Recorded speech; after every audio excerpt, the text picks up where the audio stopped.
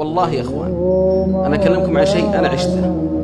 والله يا إخوان أنا كنت أقرأ هذه الآية وأصلي في المسجد والناس يبكون في الصلاة خاصة في رمضان، وما كانت هذه الآية تحرك فيني كثيرا، لأن الوالد والوالدة كانوا على قيد الحياة. قلت شو اللي صاير؟ قال الوالد في المستشفى. قلت شو اللي صاير؟ أعطوني من الأخير. قال الوالد توفى. لا تجعل